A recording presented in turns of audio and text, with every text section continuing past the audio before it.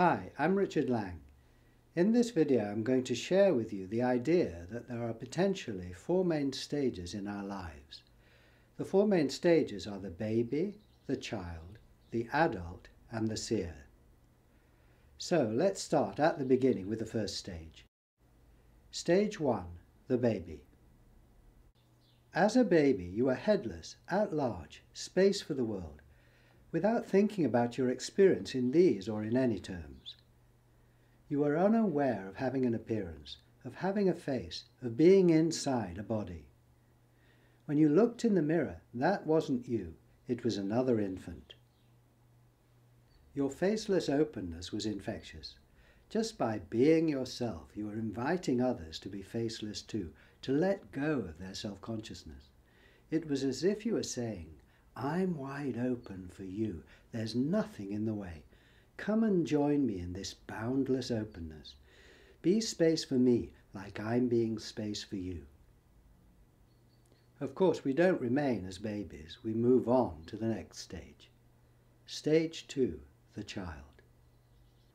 As a child, you were still headless, still space for the world. But at the same time, you were becoming aware of your appearance, your face, your public identity. You are developing the capacity to go out from yourself a few feet, turn around and see yourself from there, or rather imagine what you looked like from there, with a face, of course. Looking in the mirror, you began to identify with the person you saw there, taking on that face, that body.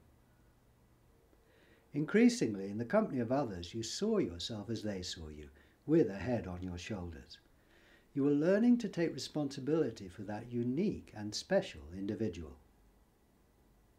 Yet the head that you were acquiring sat so loosely on your shoulders that it was just as easy for you to be a lion or a tiger, say, as it was to be a child. You were not yet contained inside a human box. Often you forgot that you were anything at all.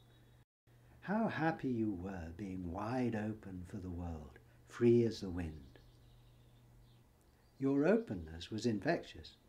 Your message to others was, come join me and be anything you like, because, like me, you're not in a box. The world is your playground. Everything is possible. Of course, we don't remain as children, but move on to the next stage. Stage 3, the adult.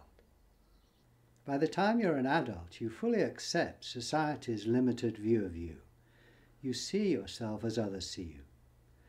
Looking in the mirror, you've no doubt that that is you.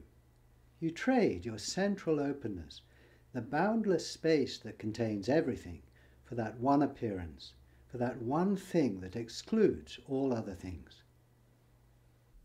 Of course, your adult self-consciousness is a necessary and vital development. You couldn't function in society if you weren't aware of what you looked like, if you didn't identify with the one in the mirror. But then it's not surprising if sometimes you feel vulnerable, because being a person is being vulnerable from 1,000 directions, and in the end, of course, you know you're going to die. This third stage of adult self-consciousness is also infectious. Your message to others now is, I'm in a box here and you're in a box there.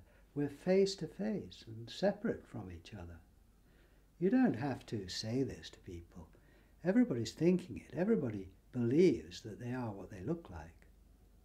And so in this third stage, you have gone out from yourself, as it were, and you're looking back and seeing yourself as others see you and identifying profoundly with being a person. And the idea of being headless, of being space for the world, you dismiss as nonsense. So, seeing yourself as separate is a marvelous achievement, to be an individual. But it may be that you also feel you're missing something, which of course you are. And fortunately, this need not be the end of the story. You can go on to the next stage. Stage 4, the seer. When you dare to put aside what society tells you about you, and you look for yourself, at yourself, you discover that society is wrong. You're not what you look like. Or rather, society is right about what you are from a distance of a few feet, but wrong when it tells you that you are that appearance here, right at your center, at zero distance. You're not. When you look in a mirror, you discover that on your side of the mirror you have no face. Instead of finding a person at your center, a solid thing in the middle of your universe, you find nothing at all. Yet this nothingness is self-evidently awake. And though it's empty, it's also full. It contains the world. How wonderful not to be in a box. How wonderful to be full of all things. Clothed in the universe, all things are yours. Of course, you continue being self-conscious. You're aware that there's awake nothingness where you are, manifests out there in others as a person. So you live a two-sided life. Privately, you're the one. Publicly, you're one amongst many. And this fourth stage of the seer, where you're aware both of your human nature and your true nature, this fourth stage is as infectious as the other stages.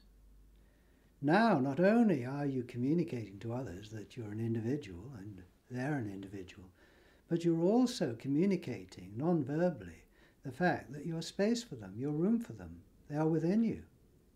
And of course, you accept that they are room for you, that they are also the one, this timeless, boundless consciousness.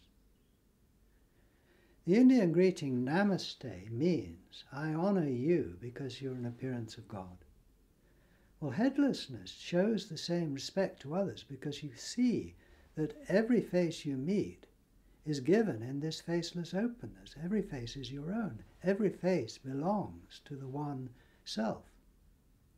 And when you meet others who are also enjoying being conscious of this open space where they are, then you as the one get to celebrate with yourself who you really are. You get to celebrate with others who are also yourself. Many voices in one consciousness, many lives flowing from one source. You who are the one are also the many.